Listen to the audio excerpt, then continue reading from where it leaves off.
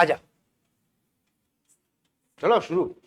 आज का हमारा टॉपिक ये बेटा, अभी तक तो वीएसपीआर थ्योरी पढ़ा रहे थे जो पिछले क्लास में थे। पिछले क्लास में तो आपको वीएसपीआर थ्योरी का सिर्फ चार्ट देकर बोल दिए छोड़ दे बेटा, सारा ज्योमेट्री पढ़ लिए ना। अब उसका इस्तेमाल करना है, क्योंकि आपसे सवाल में क्या पूछेगा, हाइब्रिडेशन बताओ।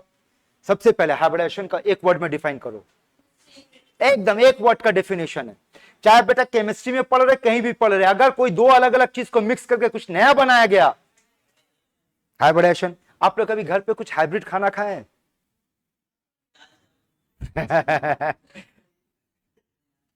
देखो मेरे हिसाब से आपको एक एग्जांपल बता सकते हैं। माँ जो घर पे रोटी बनाती है ना बेटा, अगर उसको आप थोड़ा सा लॉजिक लगाओगे तो आटा एक अलग चीज है, पानी एक अलग चीज है, दोनों को मिला करके जो बनता है वो कुछ अलग ही तैयार होता है, तो वो हाइब्रिड कहलाएगा कि नहीं? और उस पर भी एक लॉजिक बताएंगे कि ये एग्जाम्पल क्यों बताया, थोड़ी देर के बाद समझ में आएगा। वैसे एक वर्ड में क्या बोलेंगे बेटा? और ऐसा नहीं है बेटा कि हाइब्रिडेशन जो आपको सिर्फ केमिस्ट्री, ये देख अलग अलग फल को बना बना के नया नया हाइब्रिड फल तैयार हो रहा है ना। इसका तो पता नहीं, नेट से डाउनलोड किया, आई डोंट नो, पर आप लोगों को बता दे रहे हैं। रिसेंटली देखना मार्केट में एक एप्पल कूल बोल करके एक आया है, खाए आप लोग? कूल जानते हैं? बेर कूल, তোরা কেমন বাঙালি রে কুল জানিস না?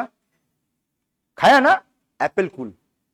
अच्छा बेर जानता है? तो बेर कैसा कलर का होता है? ग्रीन होता है। कुछ बेर ब्राउन वाला भी आता है ना। देखना अभी मार्केट में एक बेर आया व्हाइट एंड रेड कलर का, उसको नाम दिया एप्पल कूल। उसका जो टेस्ट है वो एप्पल जैसा मीठा होता है, शेप एप्पल जैसा, लेकिन उसका कलर एप्पल जैसा, लेकिन जो साइज होता है वो कूल जैसा। हाइब्रिड बनाया गया। अभी आप मार्केट में जाओगे ना खीरा खरीदने, अभी का जो सीजन है, आपको मार्केट में दो तरह का खीरा मिलेगा, एक बोलता है हाइब्रिड खीरा और एक बोलता है देसी खीरा, है ना। जैसे यहाँ देख जानवर में भी किया जाता है हाइब्रिडेशन, है ना। मूवी आया था लाइगर, लाइगर में क्या बोला था, लायन और टाइगर का मिक्सिंग है। तो यहाँ पर बेटा हम लोग मिक्सिंग की बात करेंगे। ये तो बायोलॉजिकल हाइब्रिडेशन हो गया, हम लोग जो मिक्सिंग की बात करेंगे वो एटम का, एटॉमिक और बाइटल का, ठीक है। और बात करते हैं हाइब्रिडेशन का पहला मतलब, देखो क्या होता है। मिक्सिंग आया ना, मिक्सिंग किसका मिक्सिंग? दो या दो से ज्यादा, लेकिन याद रखना वो एटॉमिक ऑर्बिटल का एनर्जी लगभग आसपास होना चाहिए, और वो लोग आपस में मिक्स करके एक नया सेट ऑफ ऑर्बिटल तैयार करेगा, जिसको हम लोग क्या कहेंगे? Hybridised orbital. क्लियर है? आगे देखो क्या कहता है, all H has equivalent energy. बनने के बाद जितना भी होगा सबका एनर्जी एक जैसा होगा। पढ़ो ये, जितना एटॉमिक ऑर्बिटल मिक्स करोगे उतने ही हाइब्रिड ऑर्बिटल तैयार होगा। आगे का लाइन समझना, ये देखो क्या बताता है।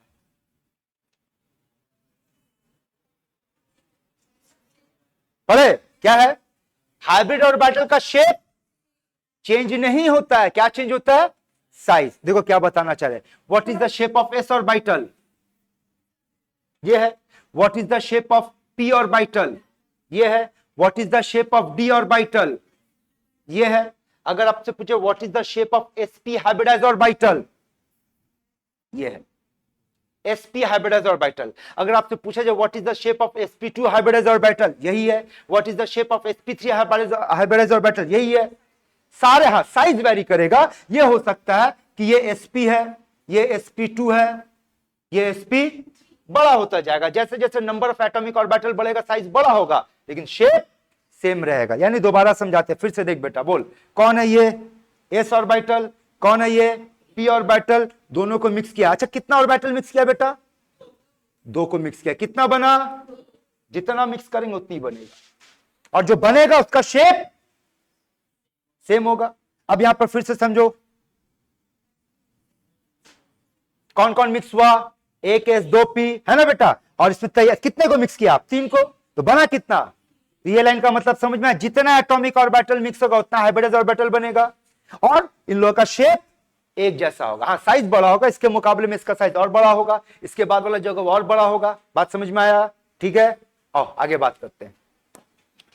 पढ़ो इसको। हाइब्रिडेशन में किसका एटॉमिक ऑर्बिटल टेक पार्ट करेगा? सेंट्रल एटम का। ये ऑलरेडी सिग्मा पाई बॉन्ड पढ़ाते वक्त आपको बता चुके थे, है ना। क्या हाइब्रिडाइज्ड ऑर्बिटल हमेशा कौन सा बॉन्ड बनाएगा? कभी भी पाई नहीं बनाएगा, एक्सेप्ट वन केस। एक ऐसा मामला है और ये आपका चैलेंजिंग क्वेश्चन रहा बेटा, अगले क्लास में इसका आंसर ढूंढ करके लेकर के आइएगा कि केमिस्ट्री में कौन सा ऐसा जगह है जहां पर हाइब्रिडाइज ऑर्बिटल है लेकिन वो पाई बॉन्ड बना रहा है। अगले क्लास में हम लोग इस पर डिस्कशन करेंगे, पर आप अपने तरफ से खोज करके लेकर के आइएगा। समझ में आया क्या है? अगला देखो क्या, सुनो यहां पर हाइब्रिड ऑर्बिटल का जो बॉन्ड होगा वो एटॉमिक ऑर्बिटल से ज्यादा स्ट्रॉन्गर होगा, जाहिर सी बात है, क्योंकि ठीक है ना। और एक चीज याद रखो, हाइब्रिडेशन क्यों होगा? तभी होगा ना भाई जब उसका स्टेबिलिटी एटॉमिक ऑर्बिटल में और हाइब्रिड ऑर्बिटल में किसका स्टेबिलिटी ज्यादा होना चाहिए, क्योंकि यही तो मिक्स होकर के ये बना रहा है ना। तो केमिस्ट्री में कोई भी प्रोसेस तभी पॉसिबल है जब उसको क्या मिलने वाला है, वरना इसको मिक्स करने का क्या जरूरत है ना। ये इसलिए मिक्स हो रहा है ताकि इससे जो ऑर्बिटल तैयार हो रहा है उसका एनर्जी कम है और स्टेबिलिटी ज्यादा है। हमारे पास कई तरह का हाइब्रिड ऑर्बिटल है, देख लो, पढ़ लो ये sp sp2 sp3 dsp2। Clear यहां तक? ठीक, ये किसके बारे में इंफॉर्मेशन दिए? हाइब्रिडेशन और हाइब्रिड ऑर्बिटल के बारे में आपको इंफॉर्मेशन दी। ठीक है बेटा यहां तक? अब आइए खेल शुरू होता है, ध्यान से सुनना। कोई भी प्रॉब्लम सॉल्व करना हो, आपको फ्लो चार्ट बता दे, स्टेप बाय स्टेप बता रहे कैसे प्रॉब्लम बनाना। बता, एक धागा दिया जाएगा, खींचोगे आ जाएगा, ये पहला वो धागा, ये कहां से आ गया? अच्छा ठीक है, पहले ये देख लो, ये तो आप लोग बचपन से पढ़ते हुए आए। बोलो,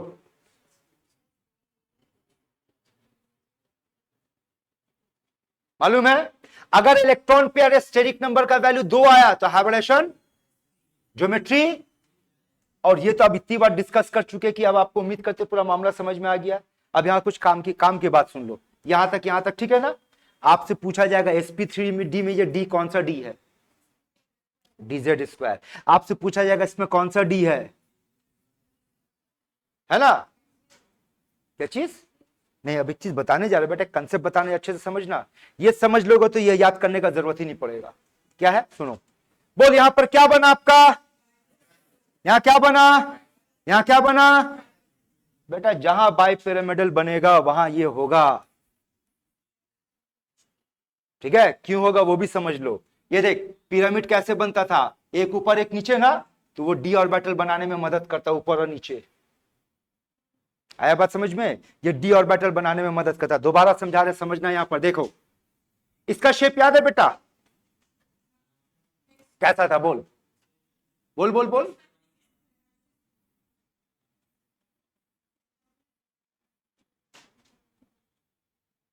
ये है ना?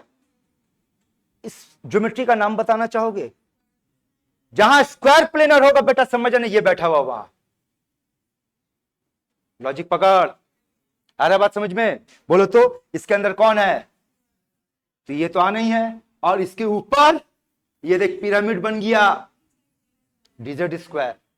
क्या समझ में आ रहा? तो जहां पिरामिड बनेगा कौन सा डी इस्तेमाल होगा? dz²। और जहां स्क्वायर प्लेनर बनेगा कौन सा इस्तेमाल होगा? मालूम है ना? आइए देखें अभी आपको कितना समझ में आया। बोलेगा बेटा यहां देख, ये आ जा वापस। कोई बताएगा इसका शेप क्या होता है, इसका ज्योमेट्री क्या होता है? Square planar. और अगर पूछ लिया जाए इसके अंदर कौन सा डी इस्तेमाल होता है? dx²। dz² नहीं होगा इसके अंदर, लेकिन इसके अंदर जो डी है ये कौन सा डी होगा? dz², क्योंकि यहां पर दो पिरामिड बन रहा है। लॉजिक समझ में आया? जहां पिरामिड बनेगा वहां फिक्स्ड है कौन सा डी इस्तेमाल होने वाला, और जिस ज्योमेट्री के अंदर स्क्वायर मिलेगा dx² -y² या -y² का हो। समझ में आया बात यहां तक? आइए बेटा बात करते हैं। तो यहां से आपको देखना कुछ क्वेश्चंस मिलेगा। तो उसी तरीके से इसमें कौन सा है बेटा? ये है और ये पाया गया। 3 डी होता है ना इसके अंदर, तो तीनों में से ये डी पाया गया। तो ये आपसे सवाल पूछा जाएगा, देखना कहीं ना कहीं सामना होगा इस क्वेश्चन से कि इस हाइब्रिडेशन के अंदर में कौन सा डी इस्तेमाल हो रहा है। अब जो लॉजिक दिया आप देखना बेटा, ज्योमेट्री से आपको अपने आप समझ में आएगा। दो पिरामिड, अच्छा ऊपर और नीचे हमारा बनने वाला है dz²। क्लियर है यहां तक? आओ, स्टेरिक नंबर या इलेक्ट्रॉन पेयर, दो नाम से पुकारेंगे। देखिए यहां पे बात की थी, इलेक्ट्रॉन पेयर या स्टेरिक नंबर। कोई भी प्रॉब्लम बनाना हो आपका पहला हथियार यही होगा, ये पहला हथियार होगा। अगर आपको स्टेरिक नंबर मिल गया इसका मतलब आपको हाइब्रिडेशन मिल गया। आपको हाइब्रिडेशन मिल गया इसका मतलब आपको ज्योमेट्री मिल गया। आपको ज्योमेट्री मिल गया इसका मतलब आपको बॉन्ड एंगल मिल गया। आपको स्टेरिक नंबर मिला मतलब इलेक्ट्रॉन पेयर मिला, तो इसका मतलब आपको लोन पेयर मिल जाएगा। और जब लोन पेयर का कंसेप्ट और ज्योमेट्री का कंसेप्ट को मर्ज करोगे तो ही आप शेप का नॉलेज तक पहुंचोगे। शेप का नॉलेज पाने के लिए आपको किसका होना जरूरी है बेटा? लोन पेयर का होना जरूरी है, और शेप से भी बॉन्ड एंगल निकाला जा सकता है। ठीक है, यानी कि आपका स्टार्टिंग, ये जो आपका फ्लो चार्ट बना है बेटा, बनाने का तरीका कहां से स्टार्ट होगा, यहां से शुरू होगा।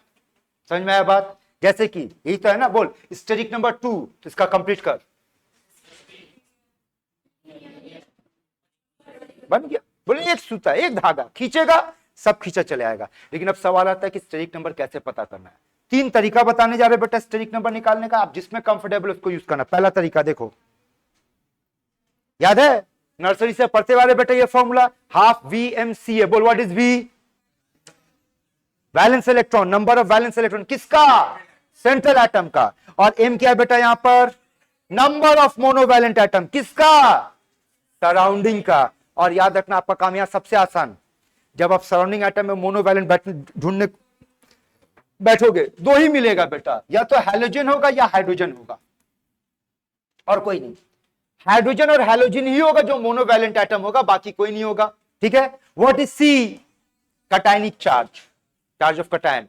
और कटायन का चार्ज पॉजिटिव होता है, उसको माइनस कर देना। अनायन का चार्ज नेगेटिव होता है, उसको प्लस कर देना। समझ आया बेटा? ये एक तरीका है। दूसरा तरीका देखो, टोटल वैलेंस इलेक्ट्रॉन पता करो। अगर टोटल वैलेंस इलेक्ट्रॉन का वैल्यू 8 से कम या 8 के बराबर आया तो 2 से डिवाइड कर देना, और अगर टोटल वैलेंस इलेक्ट्रॉन का वैल्यू 8 से ज्यादा आया तो 8 से डिवाइड करना। जो आंसर आएगा वो क्या कहलाएगा, इलेक्ट्रॉन पेयर स्टेरिक नंबर। ठीक। और आखिरी तरीका बेटा, अगर आपको स्ट्रक्चर दिया हुआ है तो ये फॉलो करना। पढ़ो तो क्या लिखा है, सिग्मा प्लस क्या पढ़ है, LP का मतलब तो लोन पेयर होता है, यहां LLP है। LP का मतलब तो लोन पेयर होता है, यहां LLP है, लोकलाइज्ड लोन पेयर।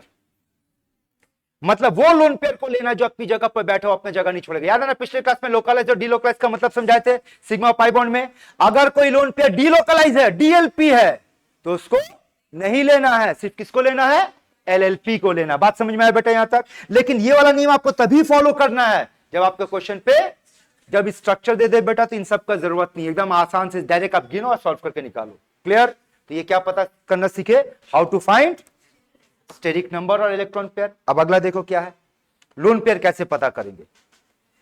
आपका जो स्टेरिक नंबर आएगा या जो इलेक्ट्रॉन पेयर आएगा उससे माइनस क्या करेंगे, सराउंडिंग एटम को माइनस करेंगे। जो माइनस करेंगे वो मिलेगा।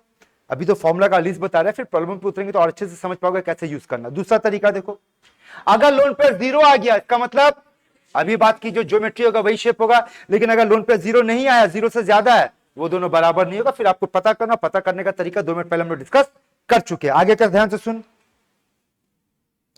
अगर लोन पेयर 0 है तो जो बॉन्ड एंगल अकॉर्डिंग टू वेस पेयर थ्योरी दिया गया आप वही को फॉलो करोगे।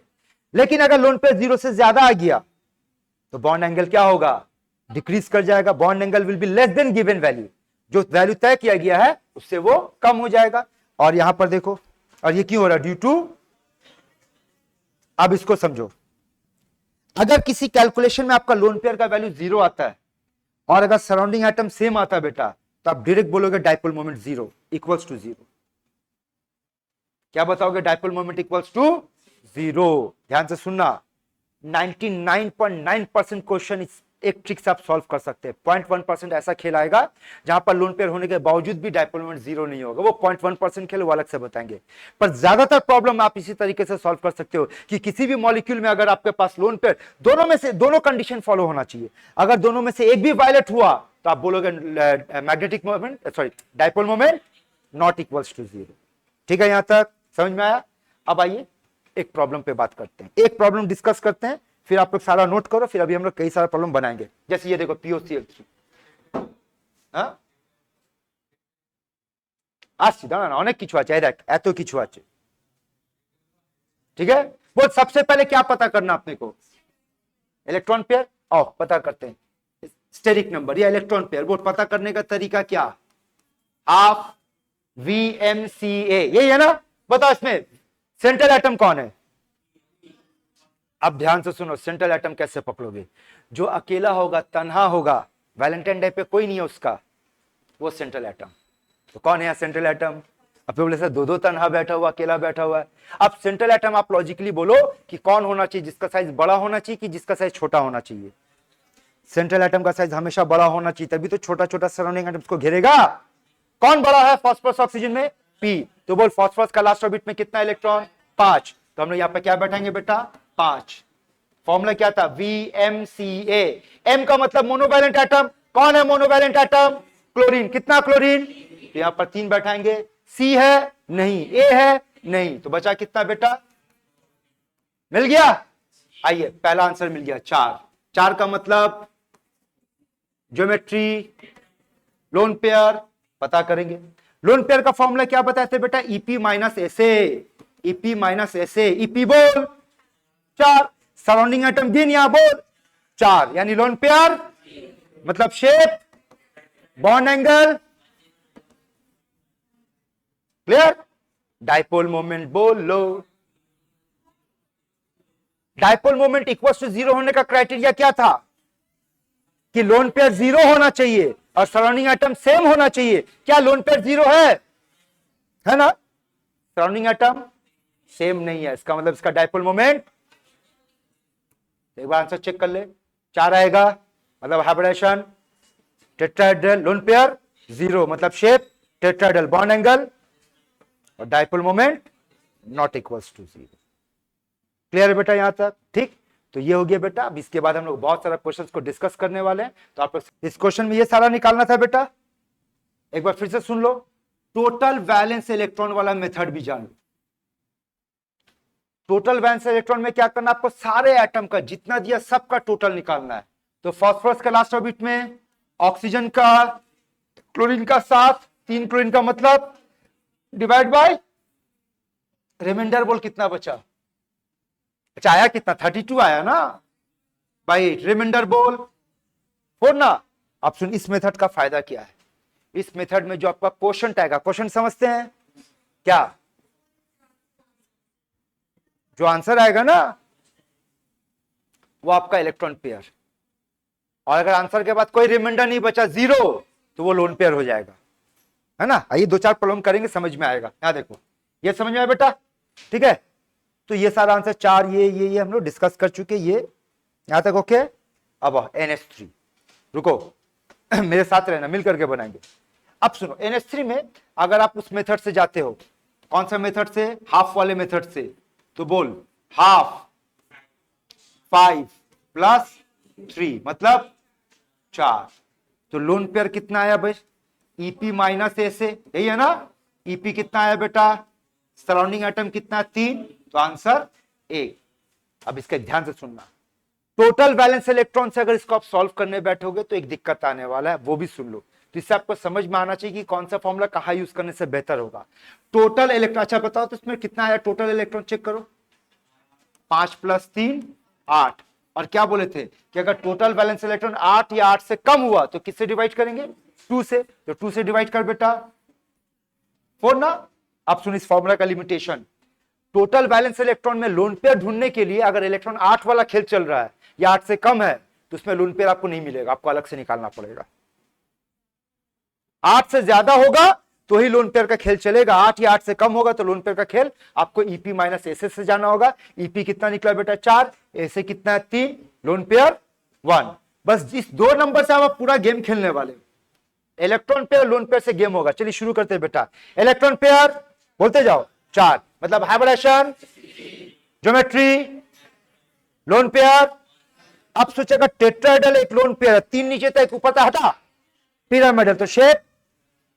अब लोन पेयर आ गया तो बॉन्ड एंगल क्या होगा? जो भी होगा 109 पॉइंट कम होगा। अब बता, हमारे पास लोन पेयर है, सराउंडिंग एटम हो सही है। एक रूल तो वायलेट हो गया। डाइपोल मोमेंट 0 होने के लिए क्या कंडीशन है? 2 रूल को फॉलो करना है। लोन पेयर 0 होना चाहिए, सराउंडिंग एटम, इस बार सराउंडिंग एटम सेम है, लोन पेयर 0 नहीं है, और इस वाले में लोन पेयर 0 था, इसका मतलब डाइपोल मोमेंट नॉट 0 आएगा। आया बात समझ में? वही कह रहे बेटा, ओरली बनेगा ये सारा प्रॉब्लम। अगले प्रॉब्लम पे बनाते SO3।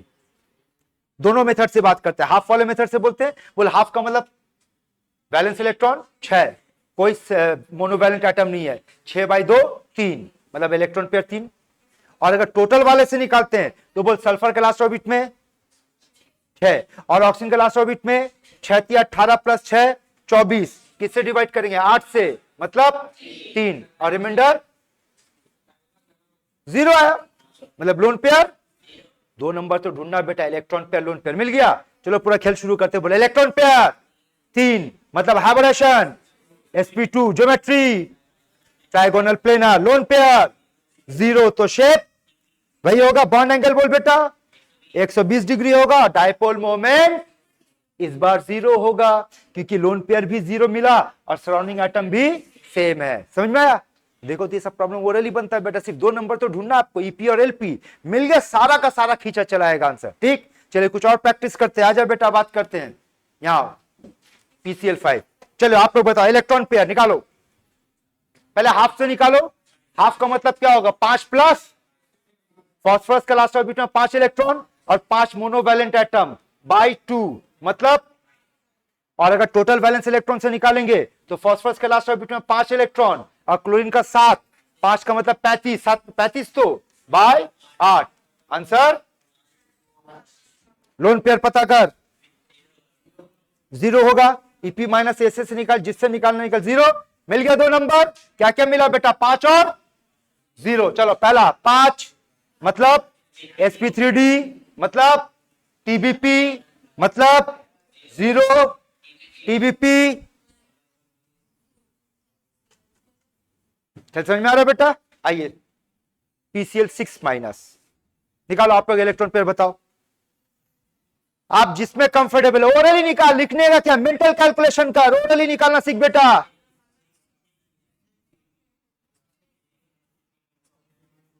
6 सबका आया, 6 बिल्कुल सही आया। अब लोन पेयर कितना आया? 0 मिल गया। 2 number electron pair 6, lone pair 0। चलो भरना शुरू कर। इलेक्ट्रॉन पेयर 6 मतलब hybridisation, sp3d2 geometry, octahedral. Lone pair मतलब जो शेप होगा वही ज्योमेट्री होगा। Bond angle, dipole moment. भाई आपका लोन पेयर 0 आया, सराउंडिंग एटम सेम है तो डायपोल मोमेंट 0 होगा। ठीक, अगला क्वेश्चन पे आते हैं।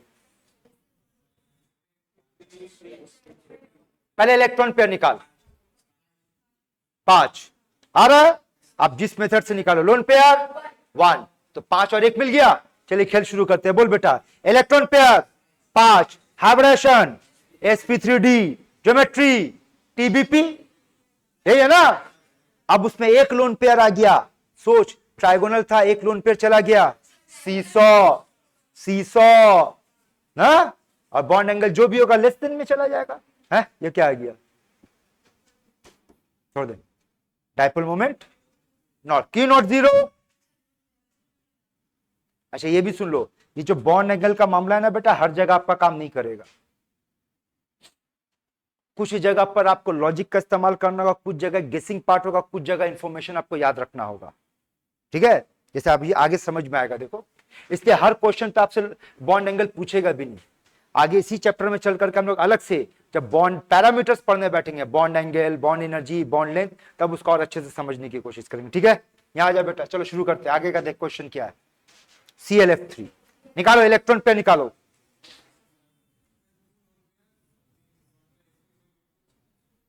इलेक्ट्रॉन पेयर का वैल्यू निकाल। इलेक्ट्रॉन पेयर पहले बोल 5 आ रहा है, 5 हाँ सबका है 5। आप किसी भी मेथड से निकालो, हाफ वाले मेथड से निकालोगे तो क्या होगा बोल? 7 + 3/2 है ना। और अगर हम लोग टोटल बैलेंस इलेक्ट्रॉन मेथड से निकालेंगे बेटा तो बोल टोटल सभी का सभी हैलोजन है, 4 हैलोजन है, 4 हैलोजन का टोटल इलेक्ट्रॉन कितना निकलेगा? 7 × 4 28। किससे डिवाइड करेंगे बेटा? 8 से। 8 तिया 24, बचा कितना? 4। अब इसको 2 से डिवाइड करेंगे, 8 से कम होगा तो 2 से डिवाइड करेंगे। कितनी बार गया बेटा? 2 कट गया। पहला जो आता है उसको बॉन्ड पेयर कहेंगे, अगला वाला को लोन पेयर कहेंगे, और टोटल होगा आपका इलेक्ट्रॉन पेयर। समझे? पहला का आंसर बॉन्ड पेयर, दूसरा answer lone pair, total electron pair. तो मिल गया सारा आंसर बेटा। चल बोल, इलेक्ट्रॉन पेयर मतलब hybridisation, sp3d geometry, trigonal bipyramidal, lone pair बोल क्या होना चाहिए? शेप बोलो, टी शेप, टी होगा। बॉन्ड एंगल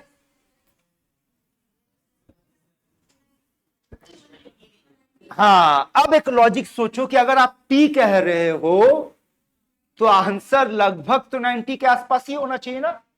जरूरी नहीं कि एग्जैक्ट, देखो बताया ना हर जगह एग्जैक्ट गेसिंग नहीं होगा, पर एक लॉजिक से इसका आंसर लगभग कितना होना चाहिए, 90 के आसपास होना चाहिए। बॉन्ड एंगल डाइपोल मोमेंट बोल नॉट इक्वल्स टू 0। खेल समझ में आया बेटा? ठीक है, और सुन लो यही होमवर्क देने वाले हैं, ऐसा कम से कम 30-40 मॉलिक्यूल देंगे प्रैक्टिस करने के लिए, और हर मॉलिक्यूल का इतना सारा प्रॉपर्टी आपको निकालना है। ठीक है, उतना प्रैक्टिस कर लेगा बेटा तेरा पीएचडी कंप्लीट हो जाएगा। बोल बॉन्ड लेंथ या नहीं पूछेगा, वो अलग से पढ़ेंगे, बॉन्ड पैरामीटर में जाएंगे तो वहां पढ़ेंगे। ठीक है, वो सब अलग टॉपिक है, इसमें मत डालो उसको। ठीक है, यहां जो पूछेगा बेटा आपको बता दिया गया है, बॉन्ड ऑर्डर क्या है वो सब आगे चल के पढ़ेंगे। यहां तक हुआ सबका? आजा बेटा अगला क्वेश्चन पे, I3 माइनस पता कर, इलेक्ट्रॉन पेयर बता।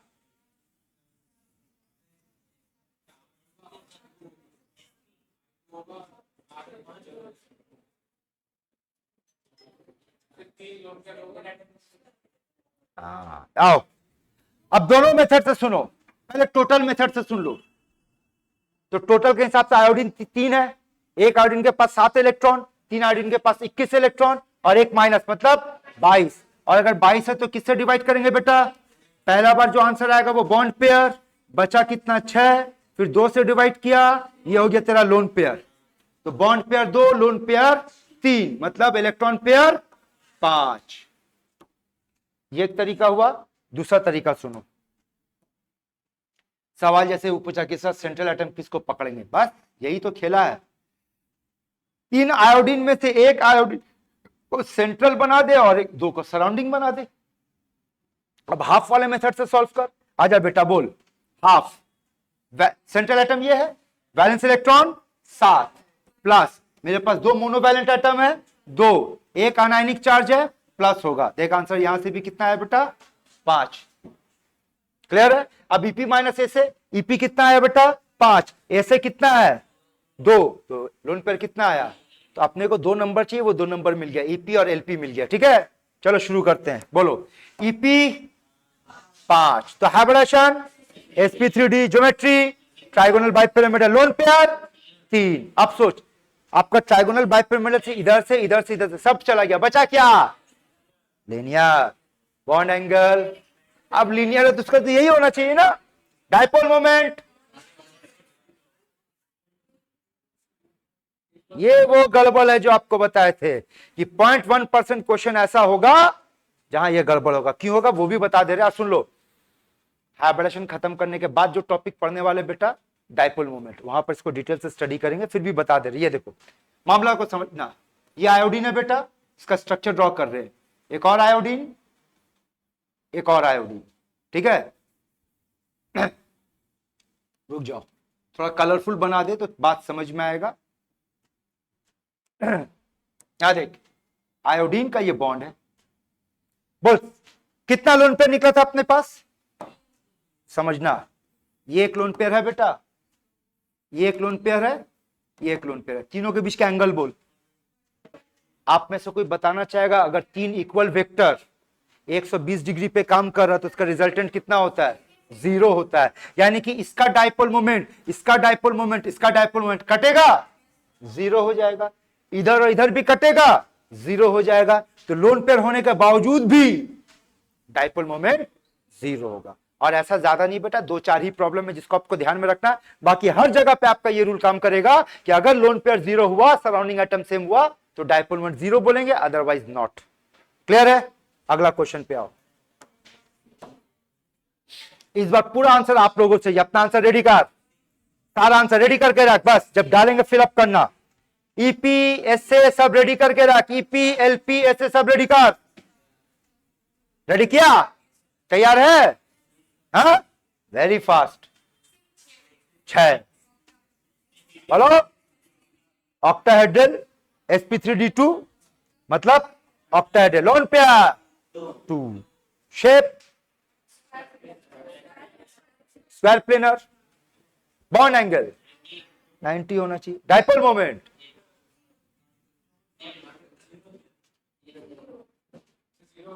क्यों 0 होगा? फिर से देख, यही है ना स्क्वायर प्लेनर का मतलब। तो यह है बेटा, यहां फ्लोरीन, यहां फ्लोरीन, यहां फ्लोरीन, यहां फ्लोरीन, यहां एक लोन पेयर, यहां एक लोन पेयर। बोल क्या होने वाला है? ये लोन पेयर का मोमेंट लोन पेयर कैंसिल होगा, इधर फ्लोरीन फ्लोरीन को कैंसिल करेगा, इधर फ्लोरीन फ्लोरीन को कैंसिल करेगा। देख यहां पे भी लोन पेयर जीरो, इसके बावजूद भी आंसर आपका जीरो है। फिर से बोले ज्यादा नहीं, 2-4 ही प्रॉब्लम उसकी जगह पर आपका हर जगह काम करेगा। समझ में आ रहे गधे लोग, बेटी लोग? ठीक है, आइए